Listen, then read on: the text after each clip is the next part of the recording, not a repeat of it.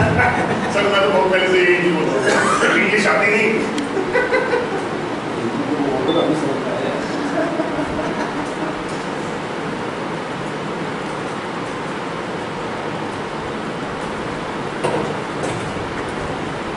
मैं सी रजत टंडन जी से निवेदन करूँगा वो आए और एक हमारे इंस्टीट्यूट का जो लोगो है उसे प्रमोद जी के हृदय पटल पर लगाएं। बस आपको मिला है।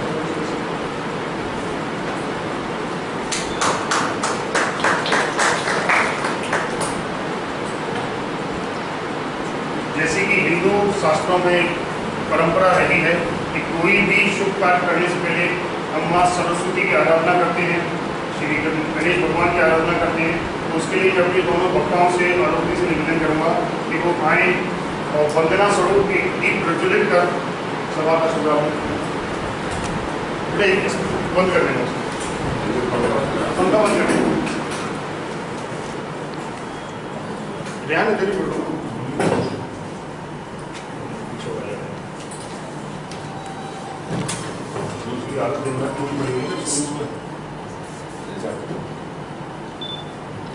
बेटा, फोटो आशीष ही आप आओ ना सर।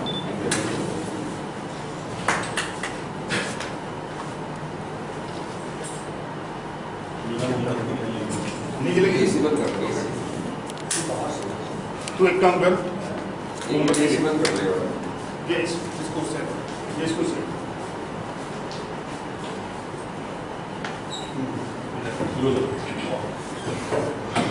मोमबत्ती है 2 मिनट के लिए एसी बंद कर दो। एक बार ये चल जाएगा तो कोई दिक्कत नहीं। कहाँ से हो? ये बहुत जगह से फोटो डायरेक्ट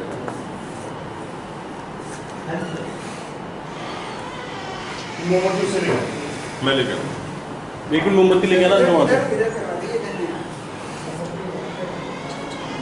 कपूर भी खिलाया, कपूर खाए।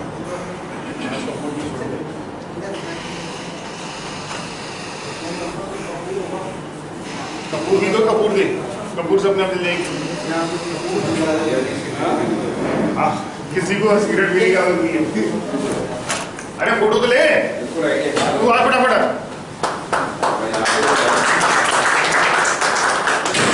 चलाओ आप ही आओ सर आप चलो। आशीष जी आओ।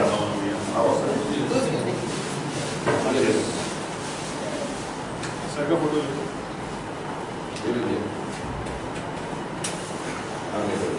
ले बेटा,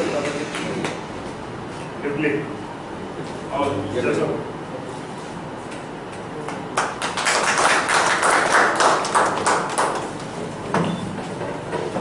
बहुत बहुत धन्यवाद जय साहब, बहुत बहुत धन्यवाद विठल साहब।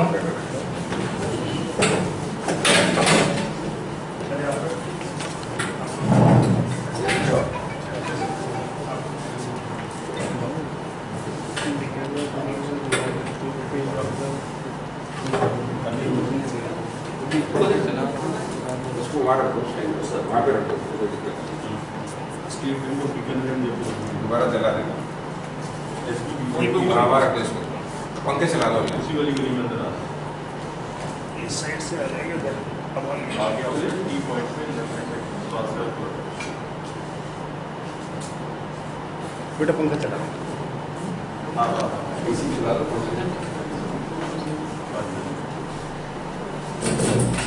मैं ज़्यादा समय न लेते हुए प्रमोद जैन जी से निवेदन करूँगा कि वो आज इस भीषण गर्मी के समय में अपने ज्ञान की वर्षा करके हम सब लोगों को उपयोग करें।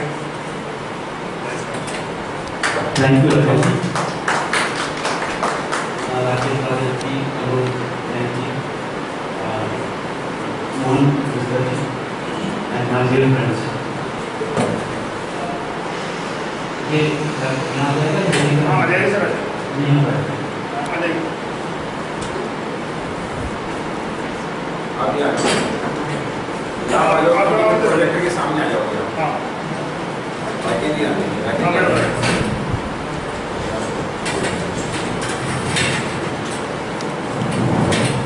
तो लोग पीछे बैठे ना, फर्स्ट रो में आ जाओ। ऐसा लगेगा ना कि हमारी डायरेक्ट बात हो रही है। जी सर, हमें first row.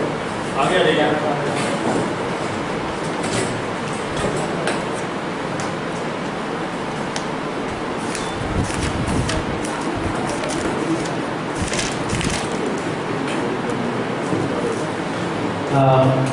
Welcome you all on this Saturday morning.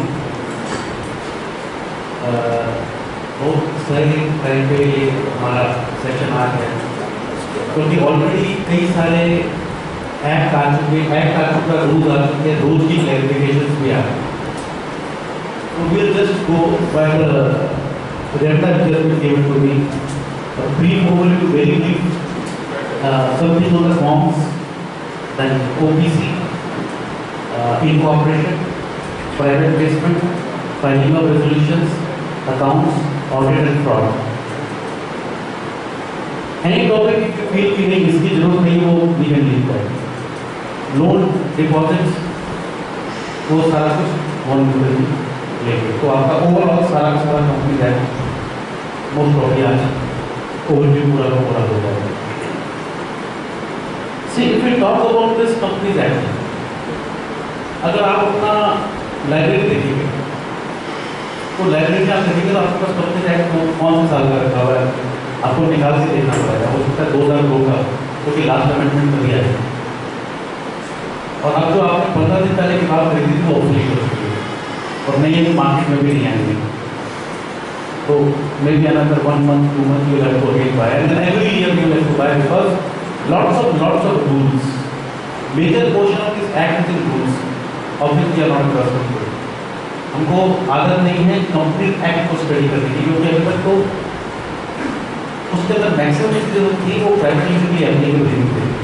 अगर हम पहले देखें एक एनसीए का ड्राफ्ट सर्कुलर है उसको पेपर डिस्कशन करेंगे। पहले देखें तो पिछले एक्ट में पब्लिक कंपनी और प्राइवेट कंपनी में डिफरेंस थे काफ़ी, more than 50 around 37 to 40 exemptions for their private limited. The problem is that basically I think exemptions are withdraw only for a company. This is the main problem which we are facing and that's why we are studying. If we see basically certain new provisions have been made in this new act. What are those? Some of them OPCs, we will be discussing that. Small company concept has come. क्योंकि small company का benefits बहुत सारे हैं, fast track merger होगा क्योंकि अब company side को देखते हुए हमारे पास बेसिकली देखिए तो 4 ऑप्शन रह जाएंगे। या तो आप उस कंपनी को बंद करो या उसको मर्ज करो या उसको एलएलपी चलाओ या चौथा उसको एलएलपी में कन्वर्ट करो। 4 ऑप्शन है और कोई ऑप्शन नहीं। तो स्मॉल कंपनी जो होगी वो 2 स्मॉल कंपनी अपने आप में इसमें very fast tracking merger without going to high court NCL. तो ये एक बहुत बड़ा प्रोफेशनल अपॉर्चुनिटी दे रही है। गवर्नमेंट कंपनी का कंसेप्ट है, I will not discuss it that but this is a good concept. इसके लिए बड़ी हमने एनसीएल को पूछा है फ्रेंड्स। एनसीएल की new concept which is there currently these provisions are not made applicable yet, but if it comes it would be a very good opportunity for all of us. CSR, this is the main reason why which this Companies Act was promulgated as fast as possible. But हम इसको study नहीं कर रहे क्योंकि कुछ limits है 5 करोड़ 500 करोड़ हज़ार को तो नॉर्मल स्मॉल मीडियम प्रैक्टिकल्स को डे टू डे यूज नहीं आएगी तो we are not going to detail on that. नफरा जिससे कि इंस्टीट्यूट का जो मेजर रोल है वो नफरा के पास आ जाएगा, mainly the promulgation of accounting standards and auditing and reviewing the quality of the auditors, but still this also has not been made applicable yet. Another is the registered vendors. A new concept, certain provisions are there where the valuation has to be done by the registered vendors. ये provision भी अभी applicable नहीं हुआ है. Then fraud has been defined. We will discuss that a bit later because that is applicable as on date, and we have to be very careful about that. सही बताएं तो हम लोग आज कभी कंपनी लॉ के सेमिनार होते थे 15-20 साल पहले से अगर आप देखो रेयरली कोई सेमिनार होता था और एनआईआर से जब कराता था तो इसलिए कराता था कि सीपी के कैलेंडर में लिखा हुआ कि एक सेमिनार कंपनी लॉ का होना है और जब वो होता था वो होता था लंच के बाद ताकि जिसको सोना है सो जाए, जिसको चला जाना चले जाओ, इतना इम्पोर्टेंस कोई नहीं देता। आज की डेट में ऐसा कोई ब्रांच नहीं, ऐसा कोई सर्कल नहीं, ऐसा कोई इंस्टीट्यूट नहीं जहाँ पे कंपनी लॉ के सेमिनार ना हो रहे हो और आप उसको चाहे सुबह से लेकर रात तक करके रात के 10 बजे तक भी अटेंडेंट सेमिनार या give the lectures people are not work और रुके हैं पूरा सुनने के लिए कि पता नहीं ऐसी कौन सी चीज़ मिस हो जाए तो उनकी प्रैक्टिस में problem. Why? Because of these stress creators, I would say huge penalties and prosecution. छोटी छोटी बात के ऊपर जेल है। अगर आपको पता नहीं होगा तो अपने क्लाइंट को कैसे बताओ? Class of action has been brought in at many places. कि अगर किसी को कोई भी नुकसान हुआ तो जिसकी वजह से नुकसान हुआ वो नुकसान उसको भरना पड़ेगा। इस पर प्रेजेंट में आया penalties even for late filing करते थे गाड़ी तो लेकिन उसके बाद मिनिमम 5 लाख मैक्सिमम 25 लाख की पेनल्टी अगर आपकी 300 दिन से ऊपर लेट हो गई डिस्कस है। इस चीज से बहुत हो रहा है हमारे साथ। बोर्ड रेजोल्यूशन हमको की बनाने की आदत नहीं है, यहाँ तो फाइल करना है। कभी सोचा भी नहीं था ऐसा करना पड़ेगा। Breaking in monies have been made very tough, section 190 185 बहुत सारे प्रॉब्लम है। एनुअल रिटर्न डायरेक्टर्स रिपोर्ट कभी हमने सोचा भी नहीं कि इतना इम्पोर्टेंट है। अब तो annual returns and directors report इतनी लेंथी हो गई तो पहले फ्री ऑफ कॉस्ट किया करते थे, अब आप फ्री ऑफ कॉस्ट करनी पड़ेगा। एनुअल रिटर्न का क्लैरिफिकेशन 2 दिन पहले आया कि जो मार्च 14 की बैलेंस शीट उसके लिए पुरानी वाली एनुअल रिटर्न रहेगी, एनपीटी 7 में जाएगी, 20B में जाएगी, क्लैरिफिकेशन आ गया। अकाउंटिंग स्टैंडर्ड और स्टैंडर्ड ऑडिटिंग की इम्पोर्टेंस बहुत बढ़ गई है। We will discuss when we will be doing the accounts and audit. Cash flow statement consolidation कभी बनाते हैं हम लोग। कैश फ्लो स्टेटमेंट ईयर 3 के हिसाब से 50 करोड़ से ऊपर तो सब उसके ऊपर लगती है। कंसोलिडेशन सेबी के हिसाब से कोई रिक्वायरमेंट नहीं था, बट अब हमारे को ये सब बनाने पड़ेंगे। जिनको आदत नहीं है बनाने की उनको डालनी पड़ेगी, कोई ऑप्शन नहीं। But where there is a stress there is always an opportunity. It depends upon you how you take this act. If you take each and everything, there could be an opportunity to that, and this is the time where you can ask for your due fees from your client. क्योंकि अभी अगर आपने fees नहीं मांगी, 1 साल आपने काम कर दिया, लेकिन पिछले साल का आपने किया था, बेंचमार्क हमको क्रिएट करना। प्रॉब्लम इस साल की है, इस साल में फीस नहीं मांगी, वो कहते कि उन्होंने मान ली, कहते थे नेक्स्ट टाइम देखेंगे, और आप एग्री करके नेक्स्ट टाइम देखेंगे, तो देयर विल प्रॉब्लम पिछली बार जो आपने किया ना। तो जिस वक्त जो चीज़ें ऐसे ही टैक्स ऑडिट की फाइलिंग आई थी, तब फिर हमने बार बार ये कहा था कि this is the moment you should ask for the fee increase at this level.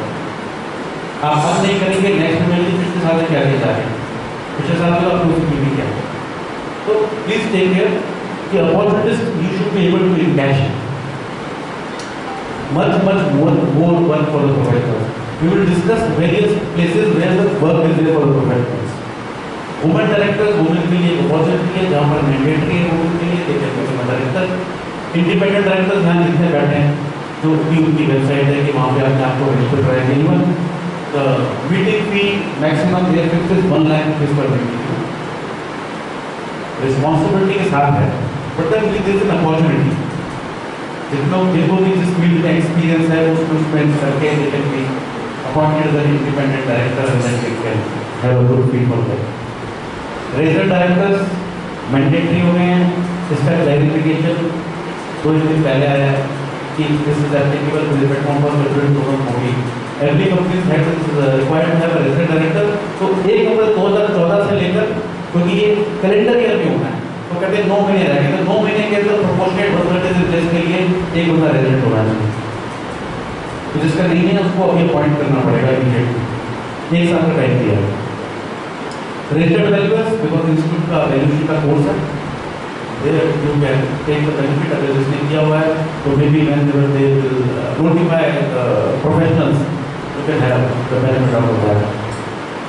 OPC company बना सकते हैं आप, स्मॉल कंपनी क्या है, गवर्नमेंट कंपनी क्या है, क्या बेनिफिट है, स्मॉल कंपनी, गवर्नमेंट कंपनी किसको कैसे कन्वर्ट करना है, ये सब आप कंसल्टेशन दे सकते हैं। तो आप कंसल्टेशन देंगे तो उससे प्रोफेशनल अपॉर्चुनिटीज बहुत मिलेगी कि आपकी कंपनी कौन सी है, किसमें कन्वर्ट करें, किसमें नहीं करें। That is a very big opportunity for all. Fast track merger already discuss, उसमें you need not go to the high court, बल्कि आपका एनसीईआरटी से काम हो जाएगा। That would be very good very big professional opportunity for us. NCLT already discussed, you can be an accounting member as well as you can appear there, but even at the NCLT appellate level. तो professional opportunity बहुत है cash में।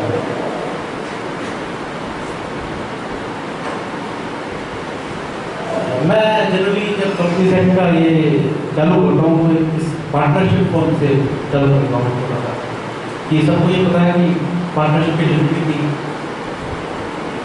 Partnership form में कितने partner होते हैं? 20।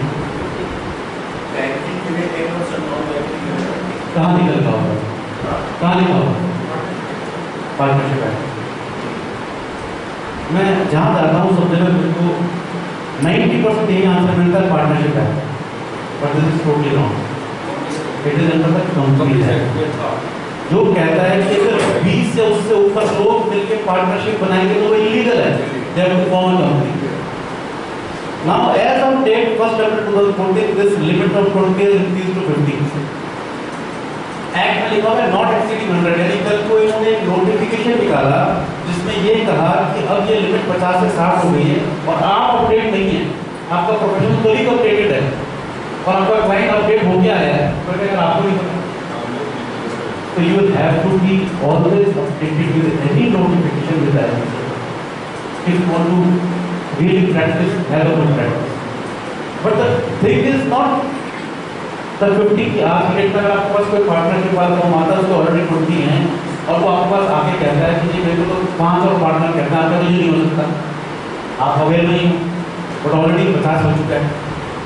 But the thing is the provision which is given to this section 464 वो ये कहता है limit is not applicable for an association और partnership which is formed by professionals who are governed by special act. It means कि जो CA CS ICL for example आज की date में आपके ऊपर ये 50 की भी लिमिट नहीं है, आप 100, 150, 1000, 2000 पार्टनर जितने मर्जी रख सकते, अनलिमिटेड।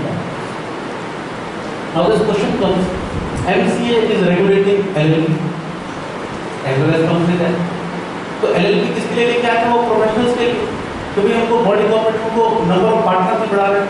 लायबिलिटी लिमिटेड तो प्रोफेशनल्स की होगी, प्रोफेशनल्स की अगर देखें तो लिमिटेड लायबिलिटी की बात करते हैं कि मेरी कभी भी कोई नहीं हो फर्दर पार्टी नहीं मिलेगी क्योंकि मेरी क्रेडिटर्स नहीं है, बट अगर मेरा मिसकंडक्ट की वजह से मेरे पर कोई पेनल्टी लग रही है तो मेरे को ना तो एलएलपी रोक सकती है ना कंपनी एक्ट रोक सकती है, मेरी लायबिलिटी अनलिमिटेड ही रहेगी। Hence, for the professionals now I say, earlier I used to always advocate LLP, even for the professionals, but now I say no, for professionals no LLP, but for other than professionals, LLP is very good, right? Very good. Now let us go to certain important facts about the forms. क्योंकि हमारा काम हम अगर देखें company act में audit करने के अलावा नोटिस डायरेक्टर रिपोर्ट और फॉर्म फाइल करना है, एनुअल रिपोर्ट और डायरेक्टर। और फॉर्म के अंदर ज़्यादा क्या होता था कि अगर कोई अलॉटमेंट हो गया तो फॉर्म नंबर 2 कर दिया, रजिस्टर्ड ऑफिसर तो फॉर्म नंबर 18 कर दिया, 32 कर दिया डायरेक्टर्स का, तो सब कुछ हमारे पूर्ण में आ चुका था ये फॉर्म नंबर है। अब वो फॉर्म नंबर चेंज हो गए, बेसिकली फॉर्म सिस्टम चेंज हो गया। Now they are alphanumeric in chapter wise. For example if you say incorporation के सारे फॉर्म आईएनसी से चालू हो, डिपॉजिट्स के सारे डीपीटी से, ऑडिट के सारे एडीटी से, तो फॉर्म नंबर आप एक बार सुनते समझ में नहीं आते तो आप कोशिश कीजिए से एमईटी है तो वो managerial power board and board powers तो सारे उससे रिलेटेड सारे फॉर्म एमईटी में मिलेंगे। एमएससी से चालू होते सारे सीएस तो it is easy to remember and easy to see कि ये किस चीज से रिलेटेड फॉर्म होगा। तो ये थोड़ा सा मॉडल लॉजिकल है। Yes, there are 46 e-forms currently available from 28 levels, and there is no pre-certification in case of the company is a OPC and small company. Pre-certification जैसे पहले फॉर्म को सर्टिफाई करते थे, तो अगर आपकी OPC है या स्मॉल कंपनी है उसके केस में pre-certification नहीं है, बाकी सारे केसेस में pre-certification है।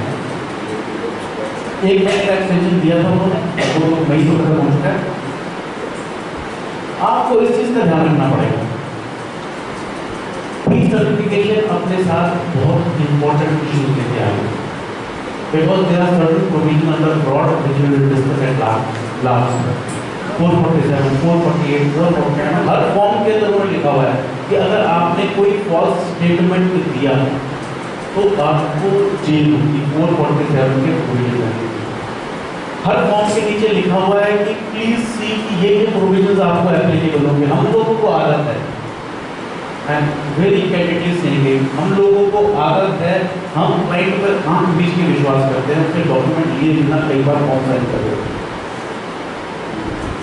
प्लीज बिना उनसे डॉक्यूमेंट लिए, क्योंकि इसके अंदर अगर कोई फॉल्स स्टेटमेंट दी, कोई गलत आपने अफर्मेशन दी, तो जेल है आपको, मैनेजमेंट को बात नहीं, because auditor is always an easy scapegoat, certified. From there, issued a circular saying कि हमारा procedure तो क्या होगा against taking action against professional for false certification।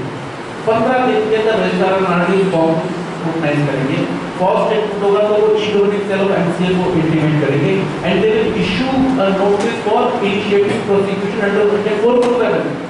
एक नोटिस आ गया तो आपने इसकी जितनी फीस नहीं ली उसका कम से कम 20-25-30 गुना आपकी जेल में लग जाएगा।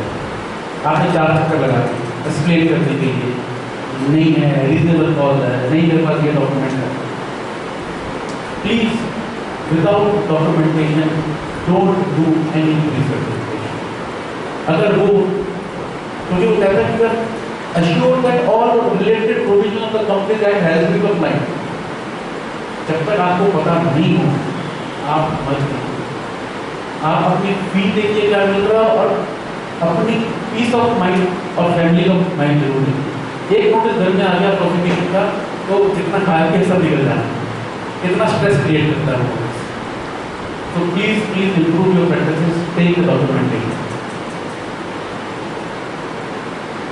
फाइलिंग्स जो है तो कहते हैं कि अगर आपको कोई document non judicial stamp paper पे देना है तो वो नॉन जुडिशियल स्टैम्प पेपर आप स्कैन करके लगाएंगे, उसके बाद उसको आरओसी को सबमिट करेंगे।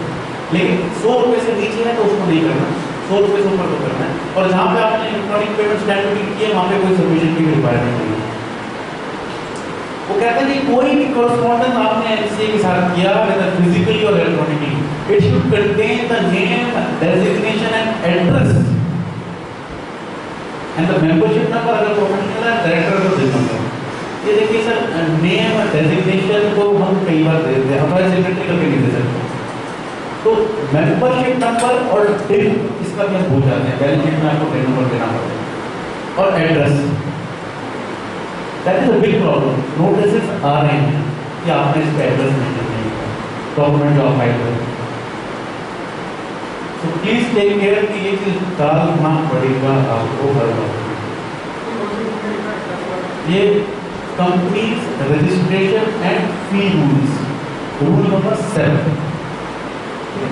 सर ये बिल में एड्रेस दिया हुआ है, सर उनके पास तो सारे चेंज हो गया, तो आपको उसका पहले दिन 4 होता था, अब दिन 6 सेशन है, तो वो आपको फाइल करना है। लेकिन यहाँ पे तो आपको फिर भी एड्रेस देसी करंट देना है या कोई करंट है। अब मेंबरशिप नंबर है, जैसे आप साइन कर रहे हैं, चार्टर्ड अकाउंट साइन कर रहा है तो अपना नाम लिखेगा, डेजिग्नेशन लिखेगा चार्टर्ड अकाउंट के, मेंबरशिप नंबर लिखेगा और एड्रेस लिखेगा।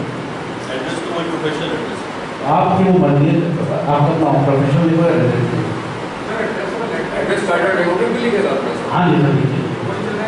हाँ जी सर, नहीं सर, नाम के नीचे लिखना पड़ेगा, जब साइन सर वो कह रहे हैं बिल्कुल लिखना पड़ेगा। ऑडिट रिपोर्ट में एड्रेस नहीं कर सकते।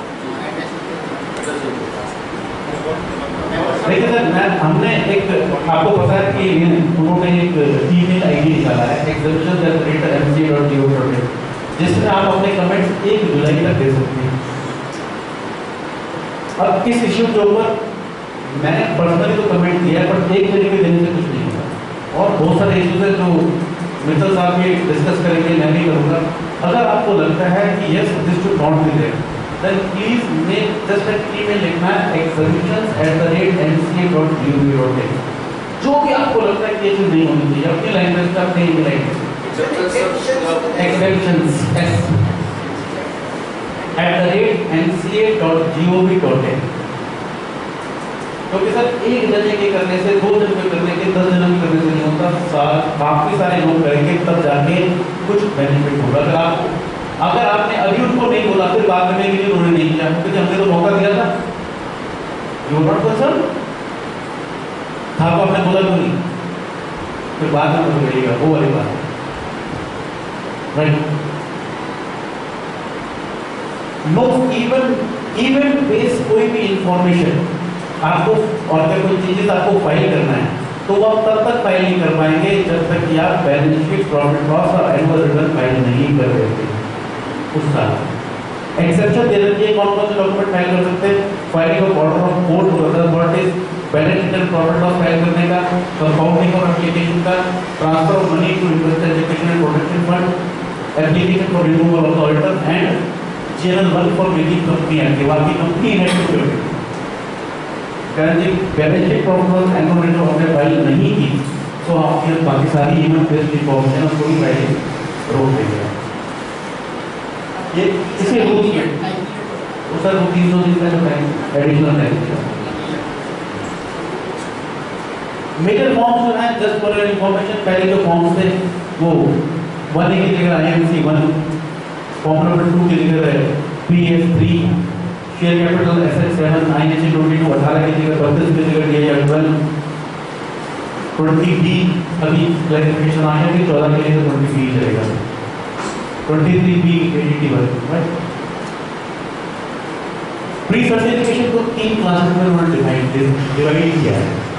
जो सिर्फ CS ICW कर सकता है, जो सिर्फ CA कर सकता है, जो सिर्फ CS में प्रैक्टिस कर सकता है। मेजर फॉर्म जो है वो तीनों कैटेगरी कर सकती हैं।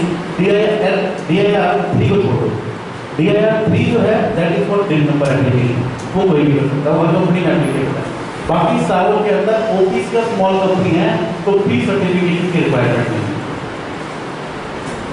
जो सिर्फ CA कर सकता है वो 2 फॉर्म है, DPD3 जो एनुअल रिटर्न ऑफ डिपॉजिट्स है, और जो 23 ACA फाइल करता है वो AOC कोड, उसका नाम चेंज हो गया, वो कोई भी CA कर सकता है। DPD3 सिर्फ ऑडिटर कर सकता है, कोई और नहीं। और एक MGD डेटा वो लिस्टेड कंपनीज के लिए जहाँ पे शेयर होल्डिंग चेंज होती है तो 15 डेज जब तो फाइल करते हैं, ये कंपनी सेक्रेटरी प्रैक्टिस कर सकता है, कोई और नहीं। फाइलिंग की जनरली क्या अगर आप देखेंगे 100 रुपये हल्के से बढ़ा दिए, एक नई लिमिट ले आए 1 करोड़ से ऊपर की, वो 500 की जगह 600 हो गया, और डिन की एप्लीकेशन पहले 100 रुपये थी, 500 रुपये हो गए। लेट की पहले 9 टाइम्स थी, उसको 12 टाइम्स कर दिया गया, इंक्रीज फीस। इनकॉर्पोरेशन के लिए फीस इंक्रीज कर दी है, ओपीसी और स्मॉल कंपनी के लिए फीस नॉर्मल फीस से थोड़ी सी कम है। फीस जो एप्लीकेबल होगी जिस दिन आप डॉक्यूमेंट फाइल कर रहे हैं उस दिन की फी होगी। एंड अगर 270 से ऊपर दिन का डिले है तो 403 सबसेक्शन 2 के हिसाब से जहां जहां पर पेनल्टी प्रिस्क्राइब्ड है that penalty shall be levied. जैसे आपकी एनुअल रिटर्न है, बैलेंस शीट है, रेजोल्यूशन लेट फाइलिंग है, 3 4 5 जगह है जहां जहां मेंशन है वो कहते हैं name fit shall be applied. एक फाइलिंग फी अगर देखिए तो गवर्नमेंट कंपनी के लिए एनुअल फी जाएगी। अब यहाँ पे मैंने एक मेरा बड़ा छोटा सा इशू है, मान लीजिए ओपीसी और स्मॉल कंपनी, उसकी कैपिटल मान लीजिए 50 लाख रुपए की है, कोई काम नहीं है तो 2 फाइलिंग होगी sir, annual report and balance sheet, तो उसकी कितनी फी होनी चाहिए 1000 रुपए। पर मेरे को अगर गवर्नमेंट कर दिया तो 2500 रुपए। मेरी मान लीजिए 10 करोड़ से ऊपर की कैपिटल कंपनी है तो उसके अंदर जब मैं फाइल करूंगा तो नॉर्मल फी 1200 रुपए, यहाँ पे 20,000 रुपए। हमारी जॉइंट सेक्रेटरी के साथ मीटिंग थी, मैं वहाँ ये बात कह के आया कि हमारे को इन्फॉर्मेशन करनी है, मैंने मुझे बताओ कि गवर्नमेंट कंपनी में शिफ्ट करने का तो बेनिफिट है कि नुकसान है? आप बाहर कर रहे हो तो मैं गवर्नमेंट में नहीं जाऊँ, अगर मैं उसको गवर्नमेंट नहीं करता हूँ तो सिर्फ 2 डॉक्यूमेंट फाइल करते हैं जिसकी फीस 1200 रुपये। वो कहते हैं लेट फीस की बात करते हैं तो उसकी लेट फीस 2 टाइम्स होगी 2400 रुपये, इसकी तो अगले महीने 40,000 रुपये होगी।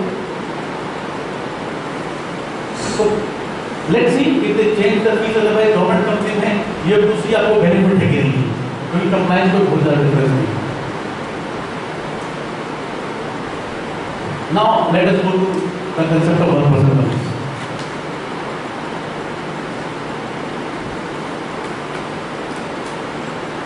लेकिन ये कंसेप्ट जो है, this is prevailing all over the world in most of the developed countries and even the under developed countries like Pakistan. Now this concept has come to review. इसको अगर आपको समझना है तो इस एंगल से समझिए कि मान लीजिए आपके पास एक क्लाइंट है, उस क्लाइंट ने कहा कि मेरे को 100 रुपए में फॉर्म बनाना है, तो आप उसको क्या सलाह दें, क्या बोलेंगे?